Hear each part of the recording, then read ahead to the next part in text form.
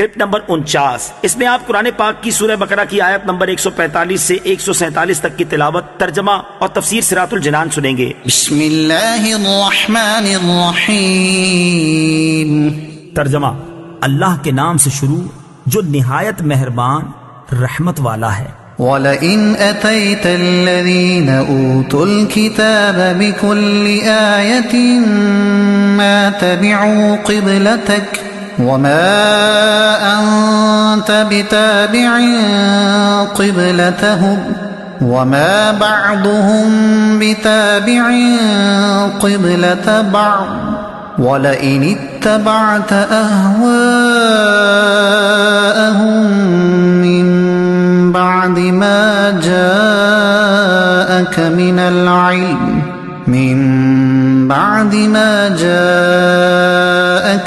العلم إنك إذا لمن الظالمين۔ ترجمہ: اور اگر تم ان کتابیوں کے پاس ہر نشانی لے آؤ تو بھی وہ تمہارے قبلے کی پیروی نہ کریں گے، اور نہ تم ان کے قبلے کی پیروی کرو، اور وہ آپس میں بھی ایک دوسرے کے قبلے کے تابع نہیں ہیں۔ اور اے سننے والے، اگر تیرے پاس علم آ جانے کے بعد تو ان کی خواہشوں پر چلا تو اس وقت تو ضرور زیادتی کرنے والا ہوگا۔ وَلَئِنْ أَتَيْتَ، اور اگر تم لے آؤ۔ تفسیر سراط الجنان میں ہے، ارشاد فرمایا کہ اے حبیب صلی اللہ تعالی علیہ وسلم، جن اہل کتاب کے دلوں میں عناد اور سرکشی ہے، آپ ان کے پاس قبلے کی تبدیلی کے معاملے میں اپنی سچائی پر دلالت کرنے والی ہر نشانی لے آئیں تو بھی وہ آپ کے قبلے کی پیروی نہیں کریں گے، کیونکہ ان کا آپ کی پیروی نہ کرنا کسی شبے کی وجہ سے نہیں جسے دلیل بیان کر کے زائل کیا جا سکے، بلکہ وہ آپ سے عناد رکھنے اور حسد کرنے کی وجہ سے ایسا کر رہے ہیں، حالانکہ وہ اپنی کتابوں میں موجود آپ کی یہ شان جانتے ہیں کہ قبلہ کی تبدیلی کے معاملے میں آپ حق پر ہیں۔ وَمَا أَنْتَ بِتَابِعٍ قِبْلَتَهُمْ، اور نہ تم ان کے قبلے کی پیروی کرو۔ تفسیر سراط الجنان میں ہے، اس آیت میں یہودیوں کے قبلے کی پیروی سے منع کیا گیا۔ اس سے یہ بھی معلوم ہو گیا کہ اب قبلہ منسوخ نہ ہوگا، لہٰذا اہل کتاب کو اب یہ امید نہیں رکھنی چاہیے کہ آپ صلی اللہ تعالی علیہ وسلم ان میں سے کسی کے قبلے کی طرف رخ کریں گے۔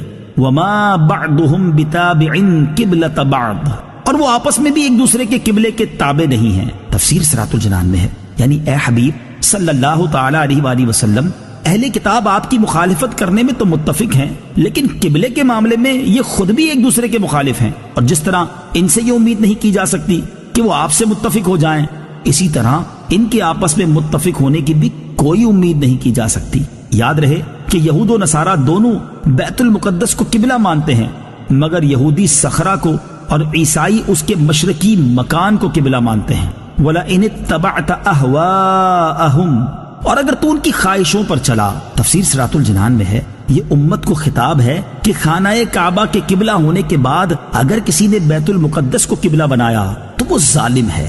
الذين آتيناهم الكتاب يعرفونه كما يعرفون أبناءهم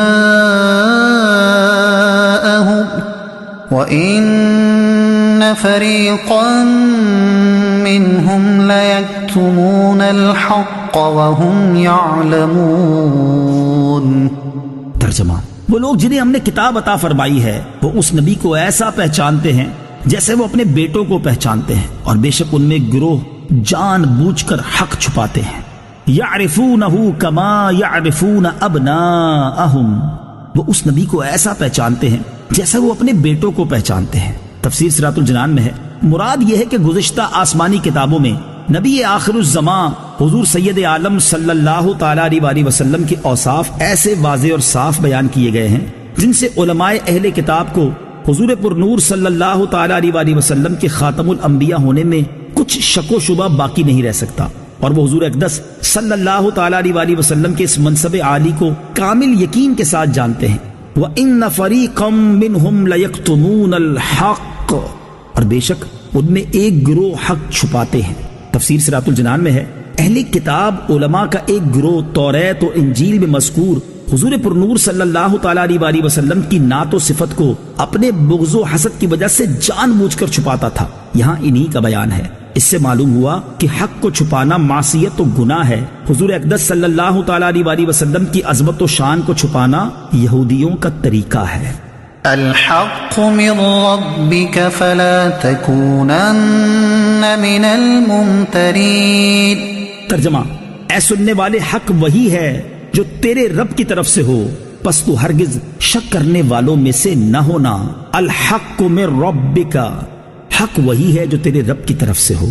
تفسیر صراط الجنان میں ہے، قبلے کی تبدیلی اللہ تعالیٰ کی طرف سے ہے، لہذا حق ہے تو اس میں شک نہ کیا جائے۔ یوں ہی اللہ تعالیٰ کی طرف سے آنے والا ہر حکم حق ہے، اگرچہ اس کی حکمت ہمیں سمجھ آئے یا نہ آئے، لیکن حق وہی ہوگا، اور مسلمان کا کام اسے ماننا اور اس پر عمل کرنا ہے۔ کسی بھی طرح کے حالات میں اس میں شک کرنے کی گنجائش نہیں۔